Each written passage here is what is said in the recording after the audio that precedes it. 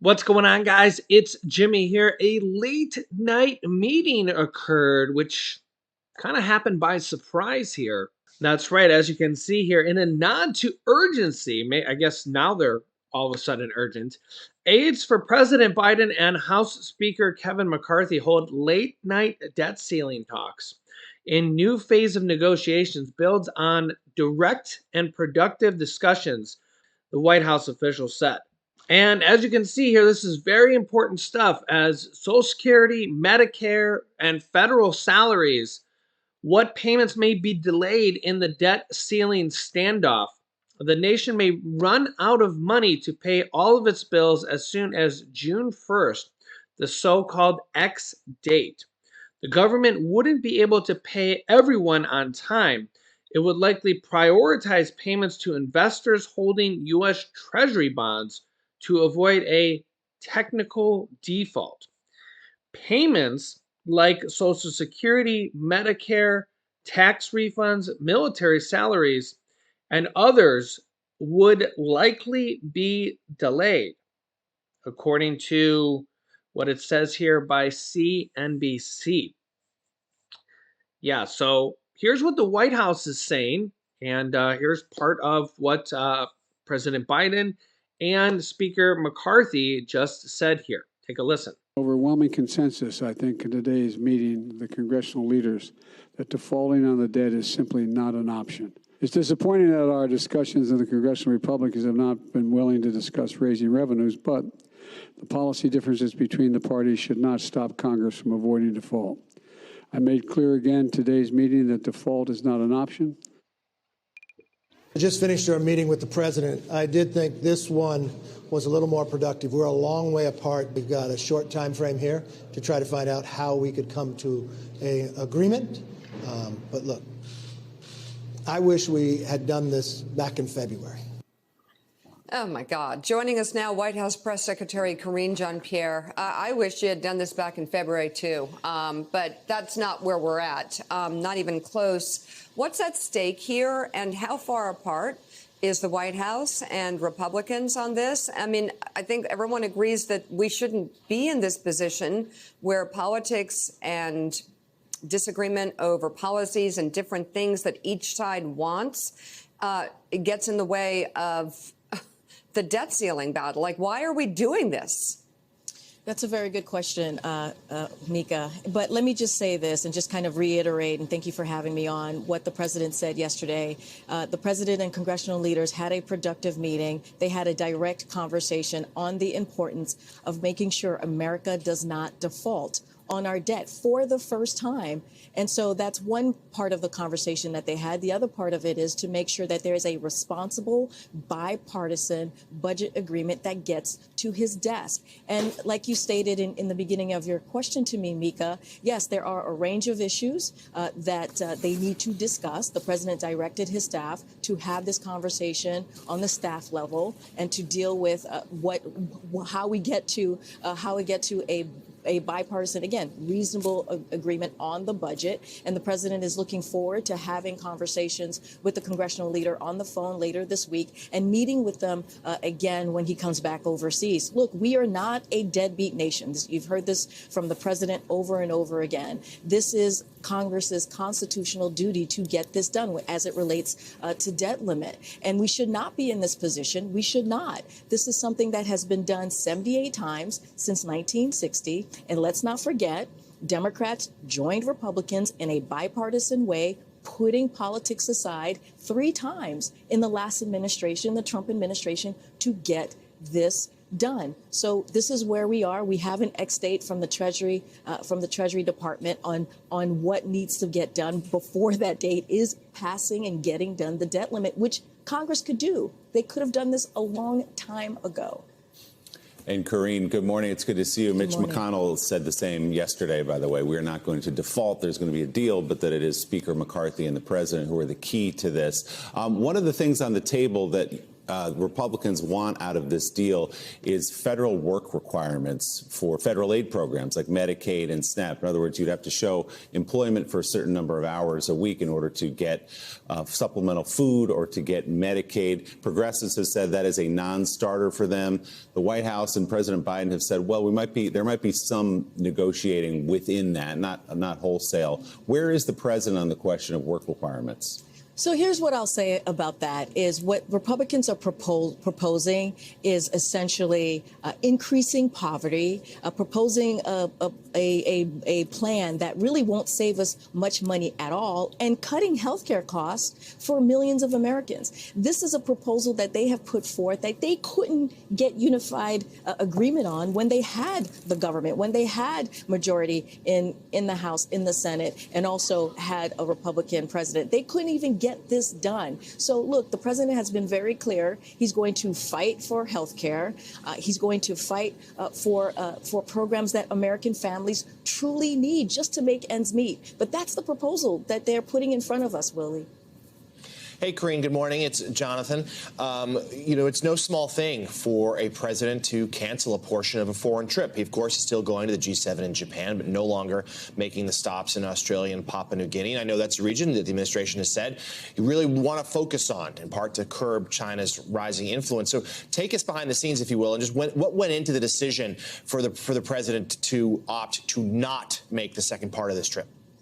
Look, as you know, in the statement that I put out yesterday, the president spoke to the Prime Minister of Australia to offer up, let him know that he had to postpone that second part of the trip, and also extended an invite, a state visit to the Prime Minister to clearly come here. And so that is something that both sides of our teams are going to discuss and have that conversation. He also spoke to the Prime Minister of Papua New Guinea to let him know that we were postponing. So look, the president understands how important it is when we're talking about the budget and a responsible bipartisan budget, but also the debt limit, which we should be done without conditions, should be done without negotiation. That's something that the president has been very clear, but we have an X date, right? We have an X date that the Treasury Department put forth. And so we got to get this done before the X date. And that's to Congress. Congress needs to get this done. And so the conversation that he's been having with them is saying, hey, this is a critical moment.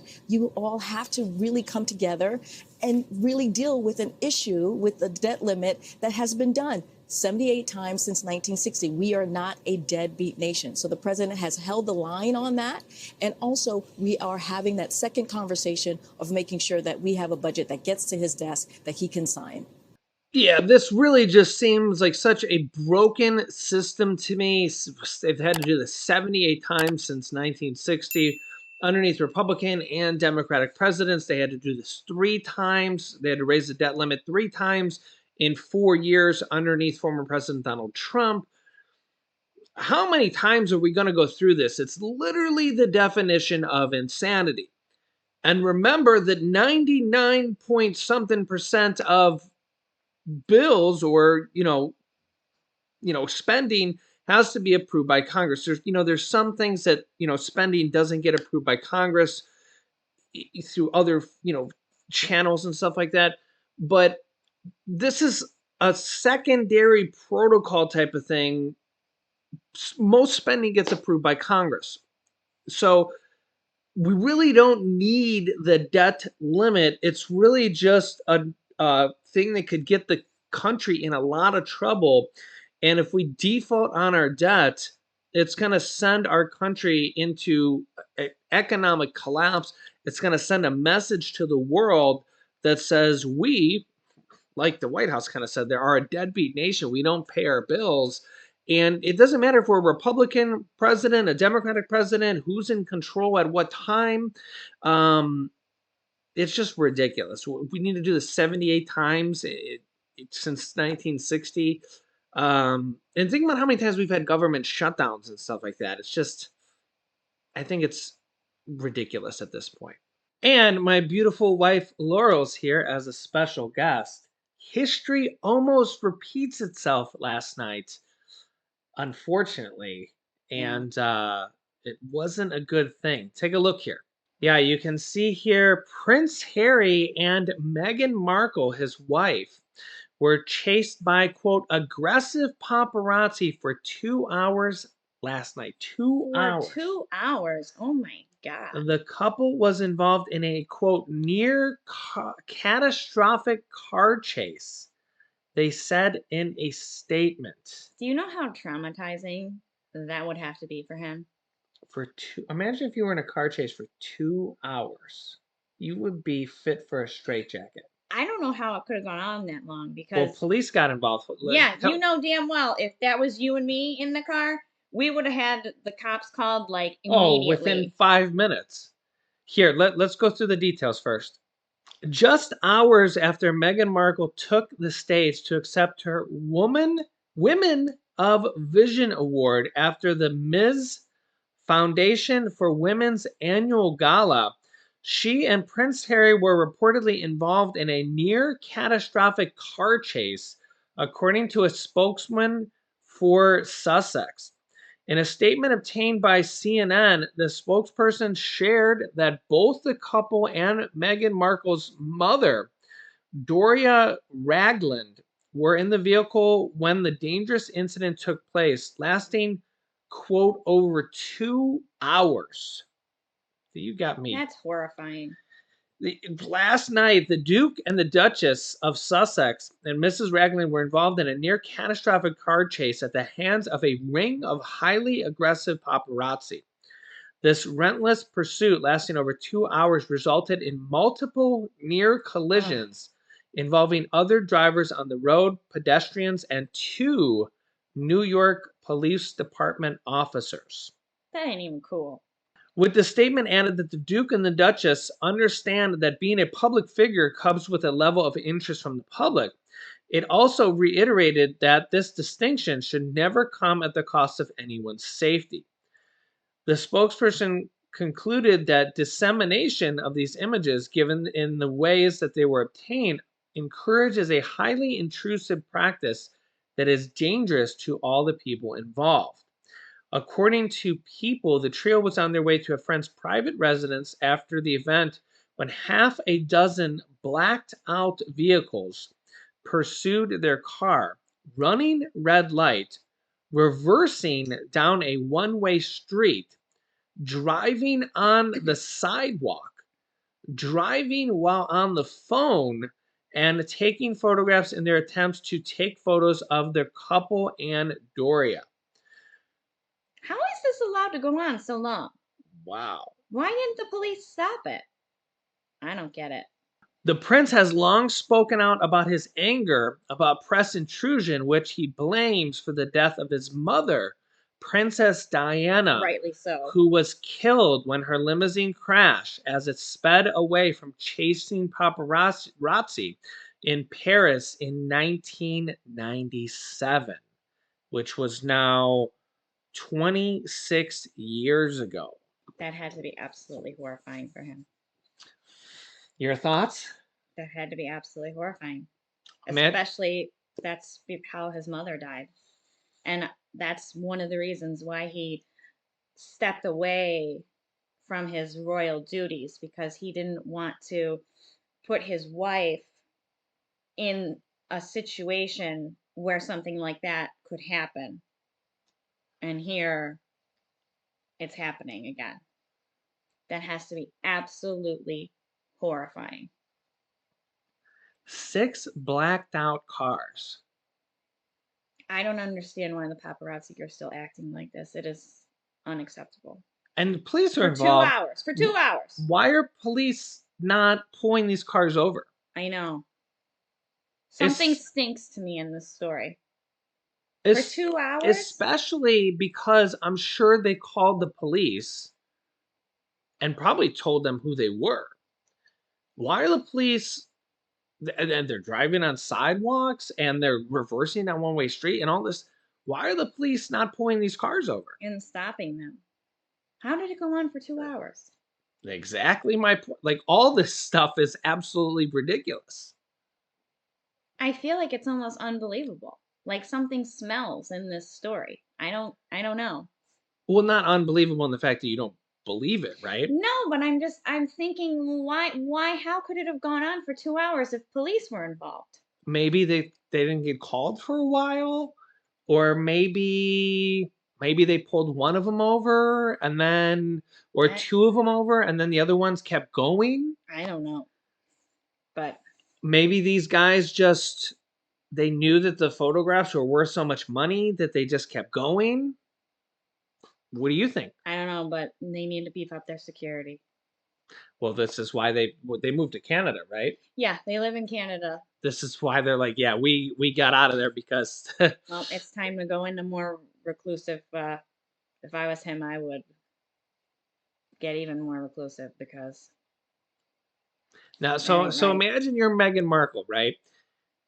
What do you think she was going through at that time? Oh my God, I will be having a complete panic attack meltdown. And your mother's in the car. Thank God the kids weren't with them. What would your mother or my mother be Oh like in my that car? God, my mom would be like completely a basket case. Your mom would be like irate. So we used to own a limo company for over 10 years, and we sold it back in 2012 at 15,000 customer mark. Tell them what my mother was like when we were in a limo and we had one of our old drivers, Chuck, driving. Tell them what my mom was like. She was not happy when he was going too fast. She literally had the driver slow down because she was going too fast. And She still is a backseat driver. this was to our own Jimmy. driver. Imagine if we had a whole slew of cars like trying to overtake us, basically. Oh my God. Both of them would be fit for a straitjacket, like you said. Yeah, wouldn't be good. Yeah. Would not be good. So let me know your thoughts here in the comments. We'll keep you up to date here with everything. And honestly, it's just I feel for these people because it's a dangerous trap. And you know, these celebrities, it's like people can't get enough of them, especially the paparazzi, which are trying to publish these photos. But And it's like it should be like if you let's say okay, so there's this restaurant in California, the Ivy. Mhm. You go to this restaurant because it's known for having your picture taken at, I right? feel like that's a little different though. Right, but you go there to be photographed. Yeah. That's okay. Not when you're speeding away in a car. You're not expected to be chased. Yeah, well, you're not gonna die eating at the Ivy. They're just gonna take the pictures. Right. At you. So the paparazzi need to learn, they need to have boundaries. It is not acceptable to be chasing people in cars to get pictures. Take the pictures when they're walking on the street. Take the pictures when they're at the red carpet. Take the pictures when they're at the Ivy. Don't chase them, in reckless situations where someone can get killed. I mean, hello, this happened 25 years ago. We should have learned our lesson then.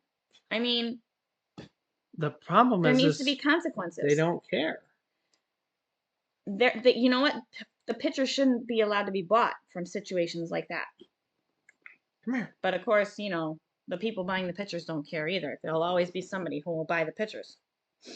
Here's the big floof. Hello. Oh, there's the face. There's the face. So let us know your thoughts here in the comments. We'll keep you up to date here with everything going on here in our country on a daily basis. Say bye-bye. Say bye-bye. And we'll keep you up to date here. If you haven't yet, make sure to subscribe to our YouTube channel and click the bell icon so you don't miss out on any new videos here. Here's some videos you should watch next. Putin is testing the U.S. defenses in this video, or this is a ticking time bomb. You can see what is in this video here. So click on one of those videos next. Thanks for watching, guys, and we will see you in the next video. Bye.